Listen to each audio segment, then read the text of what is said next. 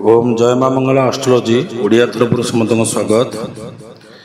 हे नूतनम्भो धर चारुमूर्ते हे कुन्ती पंचतनया विहंता हे विप्रदामोदर मुक्तिदाता निराश्रय मां जगदीश रक्ष निराश्रय मां जगदीश रक्ष निराश्रय मां जगदीश रक्ष। जय मां मंगला एस्ट्रोलॉजी ओडिया तरफ समस्त स्वागत। आसन जानिबा आज दिन पंचांग विषय।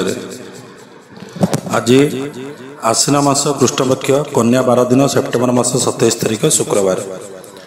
आज दशमी तिथि दिन 1:21 पर्यंत, पुष्य नक्षत्र रात्र 1:20 पर्यंत, कर्कट चंद्र 60 दंड अहोरात्र।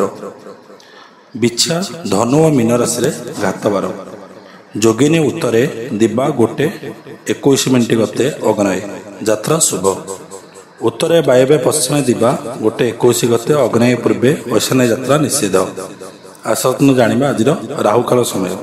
दिबा 10 घंटा 6 मिनिट ठारू दिबा 11 घंटा 36 मध्य राहुकाल समय। शुभकर्म जानिबा आज दिन शुभकर्म कौन अच्छी? नामकरण, निष्क्रमण, विद्यारंभ, देवता गठन, भूमि पूजा, पुरातन गृह प्रवेश प्रतिष्ठा, जलाशय आरंभ प्रतिष्ठा, नवान्न क्रय विक्रय, वाणिज्य, नाट्य चलचित्र आदि आरंभ, नववस्त्र परिधान, हल प्रवाह, बीज बपन, नौका गठन और चालना गाड़ी, बाइक क्रय, चालना दीक्षा ग्रहण, औषधीकरण। जानिबा दशमीर आज एकदिष्ट पार्वण श्राद्ध, अपरपेक्षर दशमीर श्राद्ध एवं जानिबा आज अमृतबेला विषय। दिन 8 घंटा 49 मिनिट गते दिन 10:24 मध्य, रात्र 8:33 गते रात्र 10:04 मध्य अमृतबेला।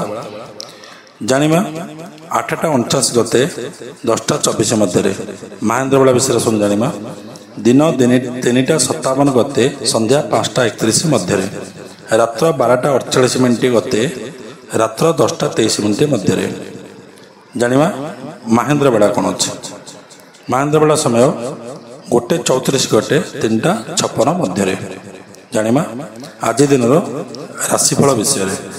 क्यों राशि 12 राशि फल क्यों राशि कौन अच्छी?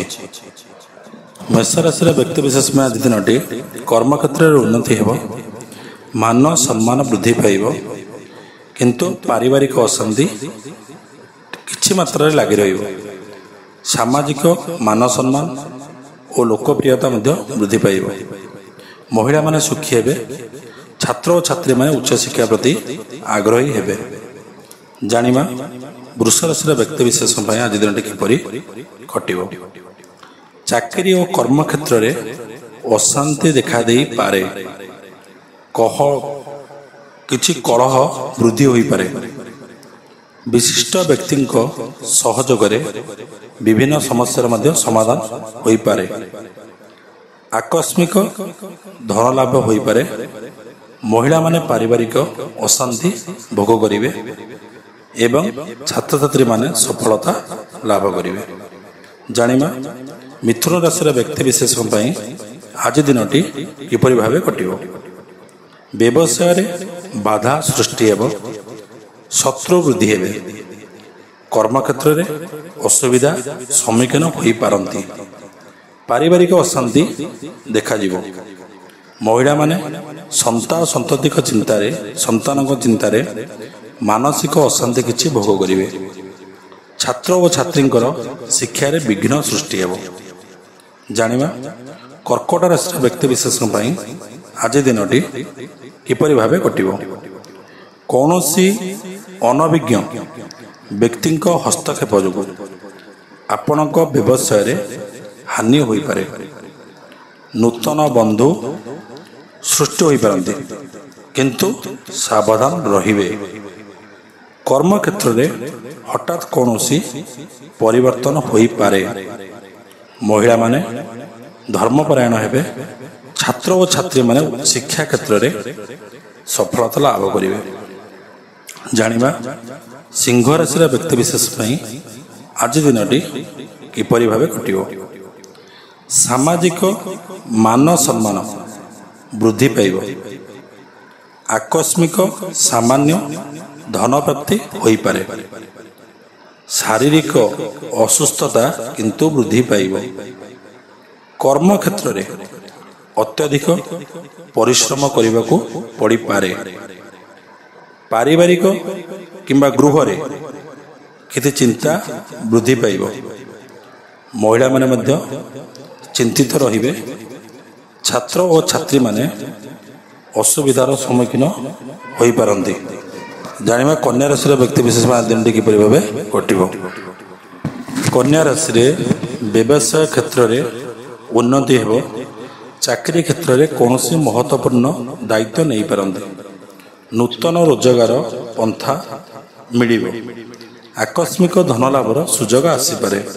ମହିଳାମାନେ ସୁଖୀ ହେବେ। ଛାତ୍ର ଓ ଛାତ୍ରୀମାନେ ଉଚ୍ଚଶିକ୍ଷା ଲାଭ କରିବେ।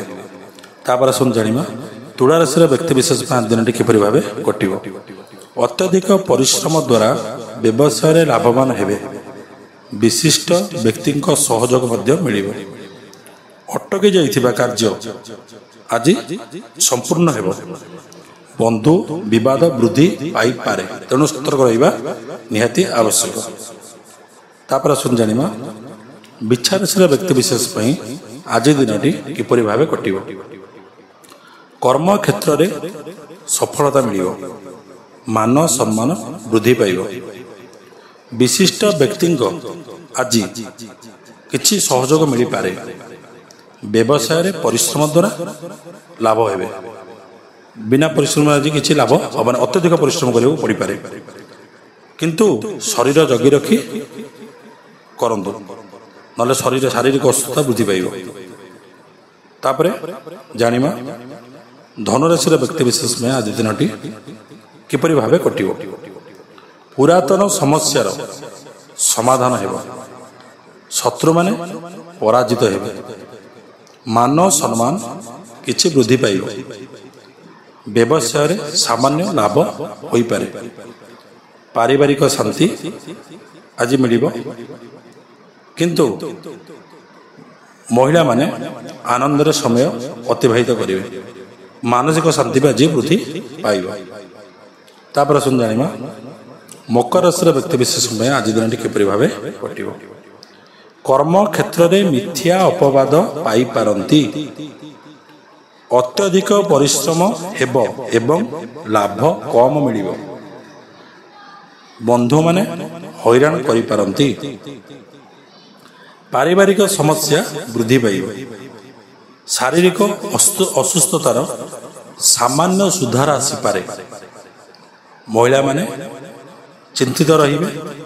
ଛାତ୍ର ଓ ଛାତ୍ରୀମାନେ କିଛି ହଇରାଣ ହୋଇପାରନ୍ତି। ଜାଣିବା କୁମ୍ଭ ରାଶିର ବ୍ୟକ୍ତିବିଶେଷ ପାଇଁ ଆଜି ଦିନଟି କିପରି ଭାବେ କଟିବ। ବ୍ୟବସାୟରେ ଉନ୍ନତି ହେବ। ଆୟର କିଛି ନୂତନ ପନ୍ଥା ଆଜି ମିଳିପାରେ। ଆୟ ହେବା ପାଇଁ ଇଚ୍ଛିତ ଅଭିଳାଷ କିଛି ପୂରଣ ହେବ। ମାନ ସମ୍ମାନ ବୃଦ୍ଧି ପାଇବ। ନୂତନ ଦ୍ରବ୍ୟ ଲାଭର ସୁଯୋଗ ଆସିବ। ଧନର ସୁଦପଯୋଗ ହେବ। ମହିଳାମାନେ ଧର୍ମପରାୟଣ ଆଜି ହେବେ। ତାପରେ ଆସନ୍ତୁ ଜାଣିବା ମୀନ ରାଶିର ବ୍ୟକ୍ତିବିଶେଷ ପାଇଁ ଆଜି ଦିନଟି କିପରି ଭାବେ କଟିବ। ବ୍ୟବସାୟ ପାଇଁ ଅତ୍ୟଧିକ ପରିଶ୍ରମ କରିବାକୁ ହେବ। ପୁଞ୍ଜିର ଅଭାବ ଯୋଗୁଁ ଅର୍ଥର ଅଭାବ ଯୋଗୁଁ ବିଭିନ୍ନ ଯୋଜନା ମଧ୍ୟ ବିଫଳ ହେବ। ମାନ ସମ୍ମାନରେ ହାନି ହୋଇପାରେ। ପାରିବାରିକ ଅଶାନ୍ତି ବୃଦ୍ଧି ହେବ। ମାନସିକ ଅଶାନ୍ତି ମଧ୍ୟ ବୃଦ୍ଧି ପାଇପାରେ। ମହିଳାମାନେ ଚିନ୍ତିତ ରହିବେ। ଛାତ୍ର ଓ ଛାତ୍ରୀମାନେ ଅସଫଳ ହେବେ। ତେଣୁ ଆଜି ଦିନରେ ସତର୍କ ରହିବା ନିହାତି ଆବଶ୍ୟକ। କିଛି ପାଇବା ପାଇଁ ଆଜି ନିଜର ଗ୍ରାମ ଦେବତୀଙ୍କ ପାଖରେ କିଛି ଫୁଲ ଅର୍ପଣ କରନ୍ତୁ। ଦିନଟି ସୁଖରେ କଟିବ। ଜୟ ମା ମଙ୍ଗଳା, ଜୟ ଶନିଦେବ। ଆଜି ଜାଣିବା ଆମେ ନୂତନ ଗୋଟେ ଟିପ୍ସ ଭିତରେ ଗ୍ରହମାନଙ୍କର ଗୋଚର ଦ୍ୱାରା ବର୍ଷ ବିଷୟରେ ଜ୍ଞାନ, ମାନେ ଯେମିତି ପାଞ୍ଜିରେ ଲେଖୁଛି ବର୍ଷା ଅମୁକ ଦିନ ହୁଏ, ପାଞ୍ଜିରେ ଲେଖୁଛି, କେମିତି ତାର ପ୍ରମାଣ ହେଉଛି, ତା ମୂଳ ତତ୍ତ୍ୱଟା କ'ଣ? ବର୍ଷା ସମୟରେ ଅଥବା ଆମ ନକ୍ଷତ୍ର ହେଉଛି 37ଟା। ଆଦ୍ରା ନକ୍ଷତ୍ର ଠାରୁ ସ୍ୱାତି ନକ୍ଷତ୍ର ପର୍ଯ୍ୟନ୍ତ ସୂର୍ଯ୍ୟର ଗତି କରିବା ସମୟରେ ଚନ୍ଦ୍ରମା ଯଦି ଶୁକ୍ର ଠାରୁ ସପ୍ତମ ସ୍ଥାନରେ ଅବସ୍ଥାନ କରିଥାନ୍ତି ବା ଶନିଦେବଙ୍କ ଠାରୁ ପଞ୍ଚମ ନବମ ସପ୍ତମ ସ୍ଥାନରେ ଥିଲେ ନିଶ୍ଚିତ ଭାବେ ବର୍ଷା ହୋଇଥାଏ। ତାପରେ ଆଉ ଗୋଟେ ପଏଣ୍ଟ ବିଷୟ ଜାଣିବା। ଦ୍ୱିତୀୟ ପଏଣ୍ଟ, ଯଦି ବୁଧ ଏବଂ ଶୁକ୍ର ଗୋଟିଏ ରାଶିରେ ସମର୍ପିତ ଥିଲେ ସେହି ସମୟରେ ତତ୍କାଳ ବର୍ଷା ହୋଇଥାଏ, କିନ୍ତୁ ଏଇ ଦୁହିଁଙ୍କ ଭିତରେ ଯଦି ସୂର୍ଯ୍ୟ ରହିଥାଏ ତାହେଲେ ବର୍ଷା ହୁଏ ନାହିଁ। ଜୟ ମା ମଙ୍ଗଳା, ଜୟ ଶନିଦେବ।